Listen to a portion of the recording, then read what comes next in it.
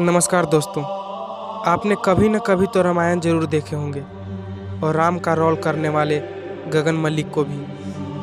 गगन मलिक बौद्ध धर्म ग्रहण कर बुद्ध और बाबा साहब डॉक्टर भीमराव अंबेडकर का प्रचार कर रहे हैं। गगन मलिक बाबा साहब और बुद्ध के बारे में क्या बोलते हैं, आइए इसे देखते हैं। ये धम्म यात्रा है पूरे बुद्धिस्ट समाज को जोड़ने की। ये धम्म यात्रा है बुद्ध धम्म और संघ के प्रति श्रद्धा की, जो आप सबने दिलो जान से दिखाई है। एक बार आप सभी के लिए तालियां हो जाए। ये बंते जी जितने भी यहाँ पर बैठे, इन सभी के पांव में छाले हैं, इन सभी के पांव के नीचे टांके लगे हुए हैं। अभी तो 2 दिन हमारे एक इधर इंडिया से बनते जो चले, तो 2 दिन चले तो इनके पाँव में भी टांके लगे, तो उन्होंने इनके डॉक्टर से हमको बुलाया, बैठिए बैठिए अभी ठीक करते हैं। तो वो भी डर से चिल्ला रहे थे, लेकिन फिर भी आज टांके लगाकर आज भी वो चले हैं। उसका कारण है, मैंने भी इनसे पूछा कि आपको दर्द नहीं हो रहा?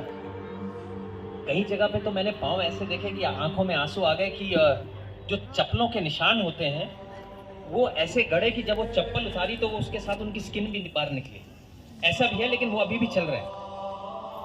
तो ये जो दर्द है, जब इनसे हम पूछते हैं तो कि दर्द नहीं हो रहा, इनके चेहरे पर स्माइल है। वो कहते हैं कि गगन, इतना प्यार इससे पहले बुद्धिस्ट लोगों से नहीं मिला, ये दर्द महसूस नहीं होता, ये आप सबका प्यार है।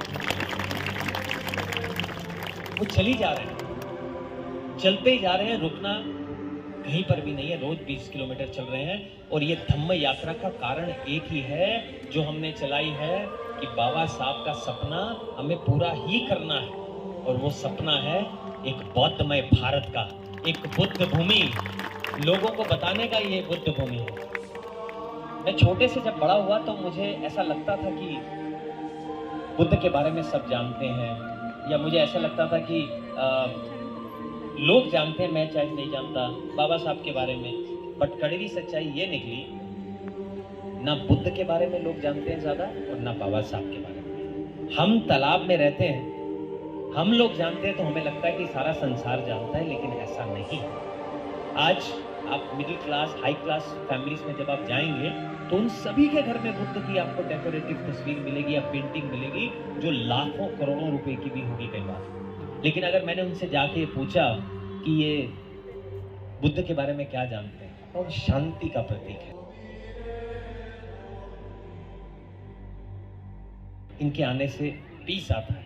मैंने कहा वो कौन थे, क्या थे, इसके बारे में किसी को मालूम नहीं है, कुछ नहीं मालूम है, सिर्फ शांति का प्रतीक करके रखते हैं। और दूसरी तरफ कहा जाता है ये बुद्ध की भूमि है। ऐसी बुद्ध की भूमि नहीं चाहिए मुझे, वो बुद्ध की भूमि चाहिए कि पूरे कोई किसी भी धर्म का इंसान हो, जब उससे बुद्ध की हिस्ट्री, धम्म के बारे में पूछा जाए तो वो फट से रट कर बता दे कि बुद्ध की ये कहानी है।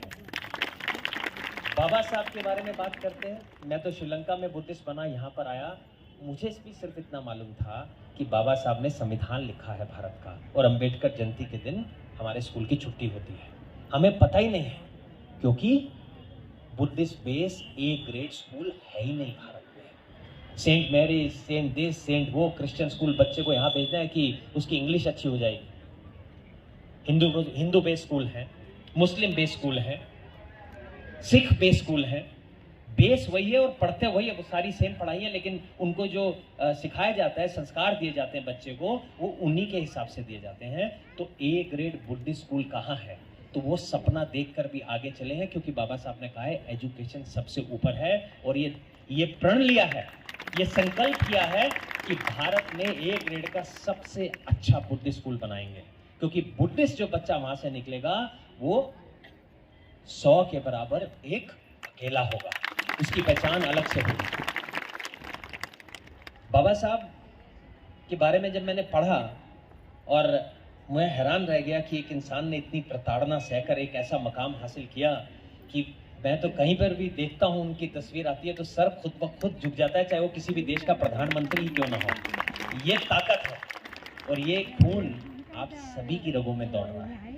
तो ये सोच लेकर हम आगे बढ़े। अभी ये धम्म यात्रा, ये धम्म क्रांति ये अब शुरू हुई है 1956 के बाद। अब मैं ये चाहता हूं कि ये धम्म क्रांति ऐसी है कि अब ये रुकनी नहीं चाहिए। ये मूवमेंट अब जो चला है ये रुकना नहीं चाहिए, और ये सब आपके ऊपर निर्भर करता है। ये जो कार्य है, कई बार लोग मुझे कहते हैं, मैंने सिद्धार्थ जी से भी कहा, मैंने बाकी यहाँ के ऑर्गेनाइजर से भी कहा, सबसे कहा, ये बात याद रखना आप सभी लोग, ये धम्म यात्रा कांग्रेस, बीजेपी या किसी और थर्ड फोर्थ पॉलिटिकल पार्टी की यात्रा नहीं है।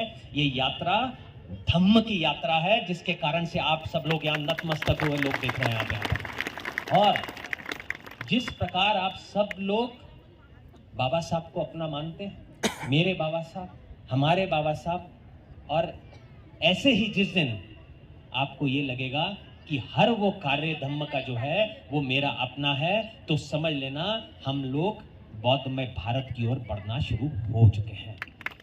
मैंने बहुत सोचा था, मैं जब यहाँ पे स्टडी किया तो मुझे पता चला कि मुझे ऐसा लगा 1% बुद्धिस्ट है केवल भारत की पॉपुलेशन की।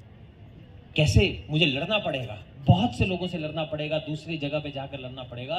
लेकिन जब मैं यहाँ पर आया तो मुझे पता चला मुझे बाहर के लोगों से तो लड़ना ही नहीं है, मेरी लड़ाई अपनों से ही है। वो अपनों से इसलिए है क्योंकि अपनों में एकता नहीं है। आज एक ऊपर जाना चाहेगा तो 10 लोग टांग खींच के नीचे लाएंगे। आज मैं धम्म क्रांति ला रहा हूं तो 10 लोग और खड़े हो जाएंगे कि इसकी टांग कैसे खींचें, क्योंकि ये ऊपर कैसे चला गया, मैं पहले क्यों ना चला जाऊं। ना वो जा पाएगा ना वो जा पाएगा।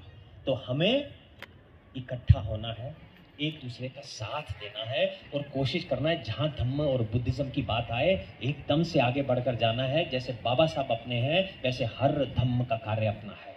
आज आप ये बात जान लीजिए, ये जितने भी महासंघ यहाँ पर पेन लेकर यहाँ पर आए हैं, ये पहले इनके रास्ते बोध गया, वाराणसी, लुम्बिनी और कुशीनगर तक थे।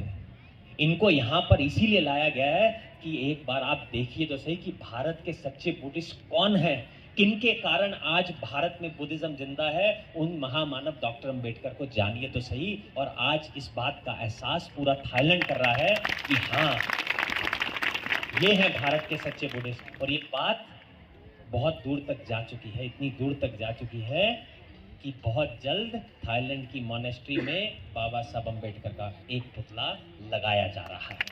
ये बात वहां तक ही नहीं और आगे तक जा रही है कि वियतनाम संघ ने ये अनाउंस किया है कि 14 अप्रैल के दिन बाबा साहब का एक पुतला नहीं, बाबा साहब के 14 पुतले लगाए जा रहे हैं वियतनाम में 14 अप्रैल के 9 दिन के लिए। तो ये जो क्रांति अब चली है, ये कोशिश करिएगा, ये रुकनी नहीं चाहिए। आप कंप्लीट बुद्धिस्ट तभी होते हैं, पूर्ण बुद्धिस्ट तभी होते हैं जब आप बुद्धिज्म का प्रचार प्रसार करते हैं, धम्म का प्रचार प्रसार करते हैं अपनी ड्यूटी समझकर। लेकिन सच तो ये है, ये बात नासिक में आके मेरी छाती जो है बहुत चौड़ी हुई है। ये मैंने देख लिया है कि आप लोग वाकई में सच्चे बुद्धिस्ट हैं, आपने दिखा दिया है।